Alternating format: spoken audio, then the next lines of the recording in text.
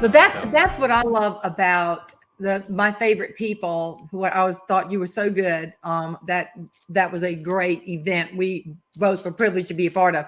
But how you take the common things, and Jeannie was masterful at that. She would take one of my favorite stories that she told was when Beaver was coming into his own, and he was lanky and tall. Now he's a grandfather as of recently, of all things. But his teeth were coming in, and here Jeannie is so tall. They're at a restaurant and they're sitting there, and Jeannie created this whole funny thing out of this one little comment that was made by, like you said, people that don't know really what's going on, but that's a great point what you shared. And so she kept saying, Beaver, put your napkin in your lap. Beaver, wipe your mouth. Beaver, fill up your glass. Beaver, you're using the wrong fork, just over and over. And this woman walked up to her and said, why don't you mind your own business, giraffe? And called her because of her height. Did you collect a lot of funny stuff from your students through the years? Because that's some of the best material. Oh, yeah, absolutely. And I think if you're not going to have a sense of humor as an educator, you're not going to last that long. You will crack up on the rocks because, just being able to laugh. I found that so much of what was the moments that students remember weren't those instructional moments. They were the moments when they felt a sense of belonging. And, in that classroom, it was just always, you ran up against situations that you weren't prepared for. And sometimes you just felt absolutely confused and overwhelmed, but humor could bail me out of a lot of tight spots. I remember my first year teaching, they gave me a study hall duty, which a lot of the new teachers got because it was a lunchtime study hall. So it was huge. And there were 93 kids in the study hall with me at the front. Goodness. And I already had all these other teachers who were, I suppose they were well-meaning, but you have to be careful the voices you listen to who might poison your mind or make you go down a negative path, because they'd say, let me see your roster. Let me see who you have. And they'd look and they'd go, oh, you've got him.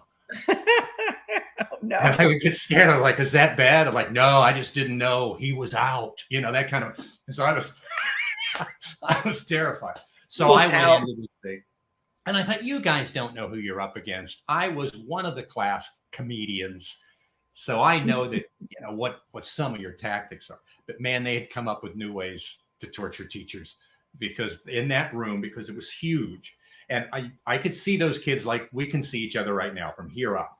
Right? Because they were behind seats. So I couldn't see what they were doing with their hands. And they figured out that they could take their hands without any upper body movement and take pennies, and they would flip them toward the front at me.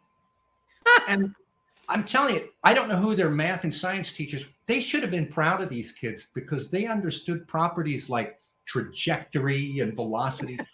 They could hit me from anywhere.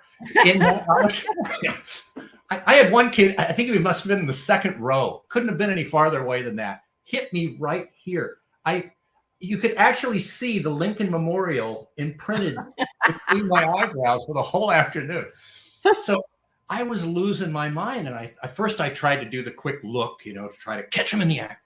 That never worked. They had a sixth sense about when I was going to make my move, but they saw that I was willing to play. And so they escalated. They switched to nickels. And those made more noise when they hit the ground. It was so much more distracting. It hurt worse when it hit me. And I began to lose my joy because you come in there, every teacher, I think, comes in with the right heart. They come in with the right, it's like, I'm going to make a difference. I'm going to make them create. I'm going to make them learn. It's going to be wonderful. And then you're dodging loose change. And they're like, you can go back to your foundations course. Like, they didn't teach this. What do I do here? But I got a perspective change, because when finally they started using quarters, I quit trying to stop them, because I was making $6 a day on average. So people's like, how do you make it? Right, bring it on. It's like, pretty good haul today. That's pretty good. Or listen, it would be a whole lot better if they just threw quiet money. You know, we like Yeah, quiet when money. you throw the dollar bills, we got something. Yeah, throw the But I dollar imagine bills. you expect something different from me. So Well,